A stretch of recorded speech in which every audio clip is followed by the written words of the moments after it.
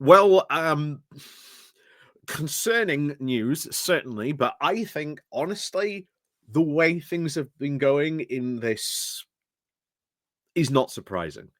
Absolutely not surprising in the least. It is so very worrying on so many fronts that this has come to pass, but this is what happens when you elect someone like Donald Trump who thinks that he can just end a war like that.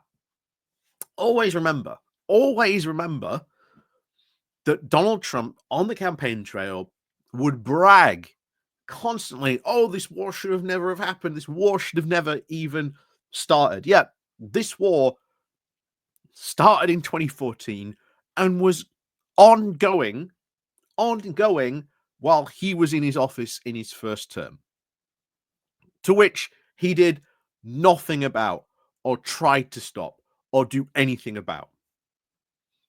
Always remember that. But on the campaign trail, Trump is bragging how he can end this war in 24 hours.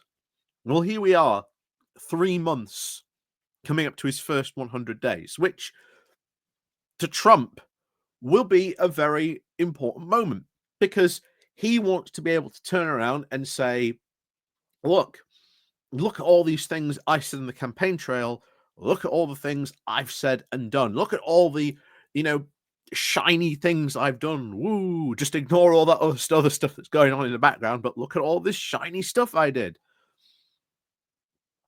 And he was determined that he was going to be the one who would end this war between Russia and Ukraine, and that he would be rewarded with a Nobel Peace Prize.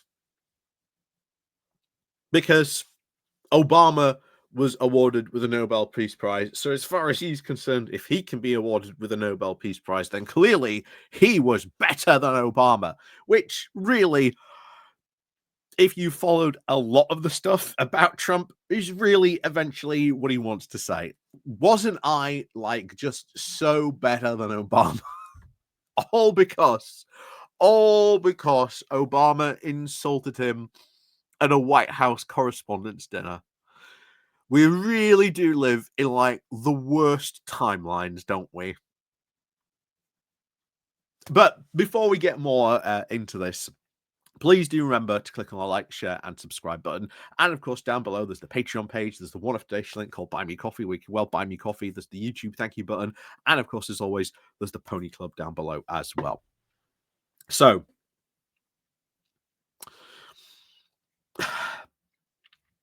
why can't, or why hasn't, shall we say, Donald Trump ended this in 24 hours? Now, there's this whole thing about, oh, Donald's just a Russian stooge, etc., etc. To be honest, as I've said this before, there's no evidence for that. Let's not go into the land of conspiracy.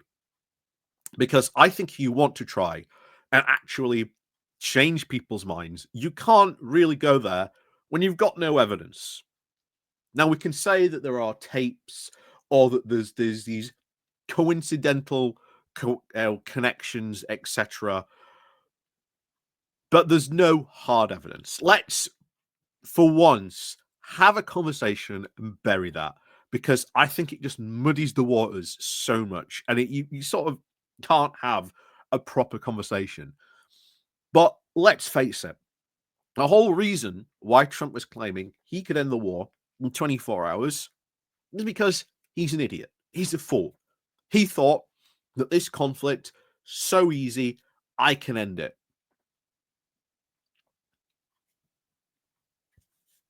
And yet here we are, 3 months in, rapidly approaching, of course, his first 100 days. This conflict hasn't ended. And we've just seen this morning. This came out as I was doing the morning walk this morning. So this was just, again, reported 1 hour ago. The US will walk away from Russia-Ukraine peace deal if no progress made soon.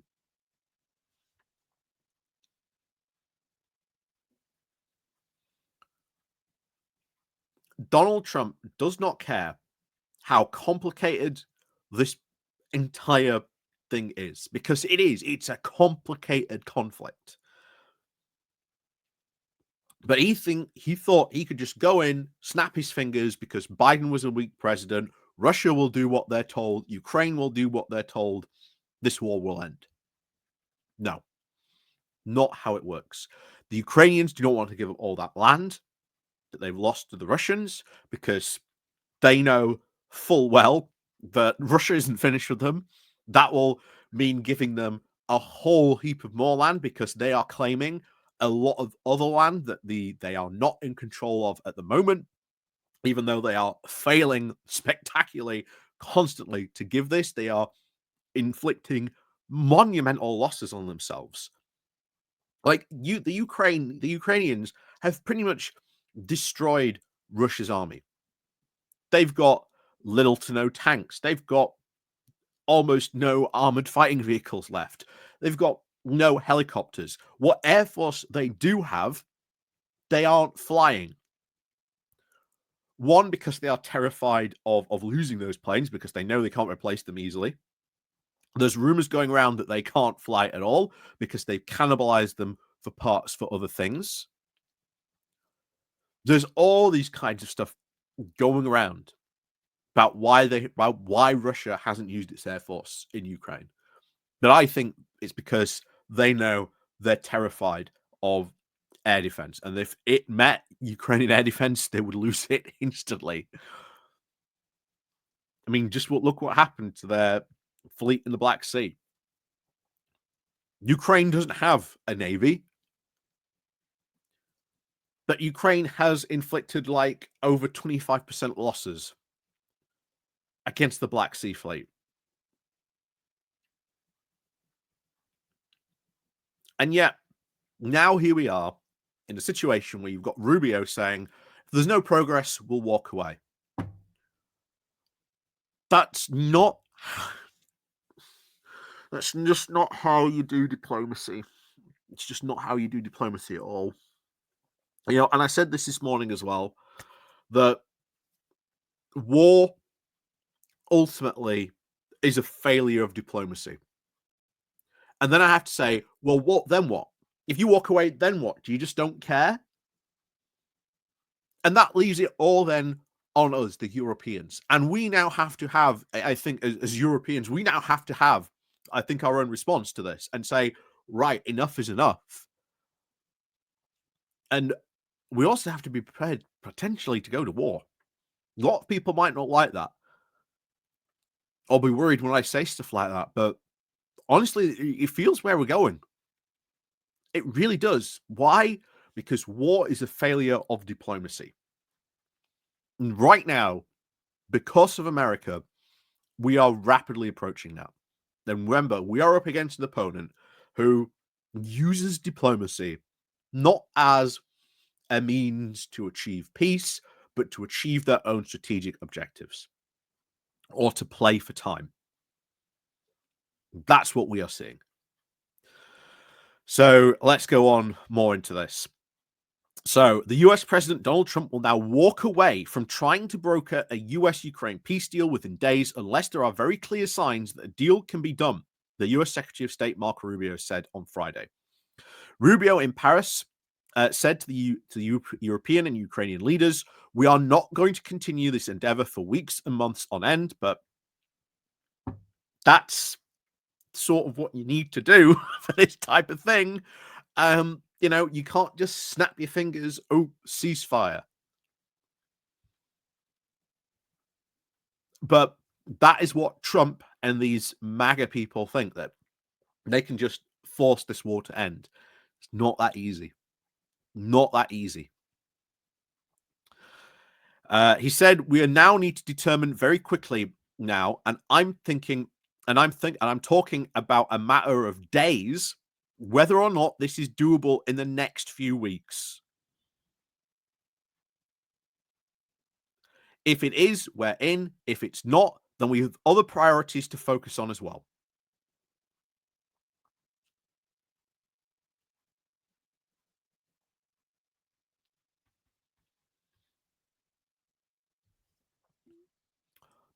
What do you think Russia's response to that is going to be?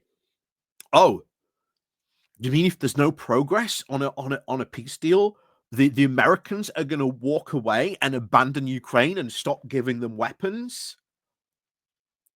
Oh boy, what reason do the Russians now have to be worried about anything now that Marco Rubio has said, yeah, if there's no signs of a peace deal, well, yeah, the US is just going to walk away. Yeah, Donald Trump would constantly say all the time about how, oh, you've got to lead with strength. That's how you get peace. This isn't strength. This is cowardice. This is running away from a problem. Massively running away from a problem. So, according to Reuters, Rubio said that Trump was still interested in a deal, but was willing to move on if there were no immediate signs of progress. Because again, he's not about anything like that. He just wants a quick, easy deal. He doesn't care about the consequences, doesn't care about any of the future because he's not going to be there when those problems occur. And then he can just go back saying, you see, if I was in the White House, this wouldn't have happened. So Trump promised during his election campaign to end the war within his first 24 hours in the White House. He, of course, moderated that claim on taking office, suggesting a deal by April or May as obstacles mounted.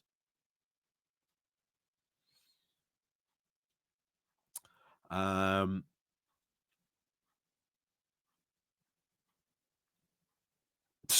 yeah, I love this. Yeah, Russia's UN ambassador has accused Ukraine of ignoring the energy ceasefire. Meanwhile, of course, Russia has just continued to fire missiles, drones, and just indiscriminately just target just anything it wants. As far as I'm concerned, yeah, Ukraine should just start targeting their energy infrastructure.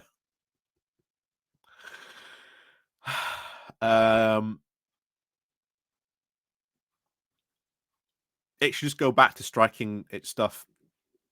And now there's stuff coming out about Zelensky has come out and said, "Oh yeah, we've got evidence that China is supplying weapons to Russia."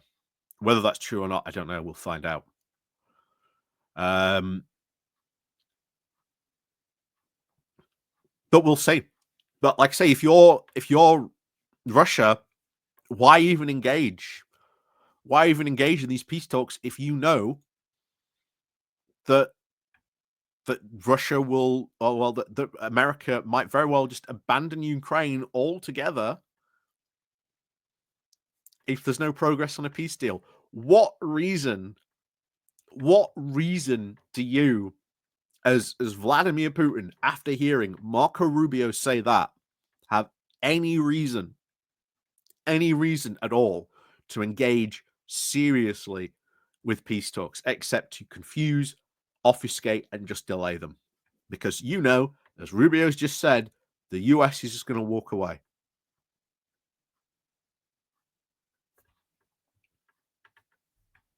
It's all coming back to a prediction I made a couple of months ago. That I think now Europe has to get together. It has to come together and go, right, these are our options on the table. This is what we have to seriously consider. And I think it is, we should draw a line in the sand and basically go, okay, the US has walked away. This is the peace deal. If you do not accept this peace deal, Russia, we're going to consider intervention. I think that's where the Europeans have to now consider going. We have to now consider that. Because don't think Putin will respond to anything else beyond that. So, as always, thank you very much for watching. And of course, as always, we'll see you all next time.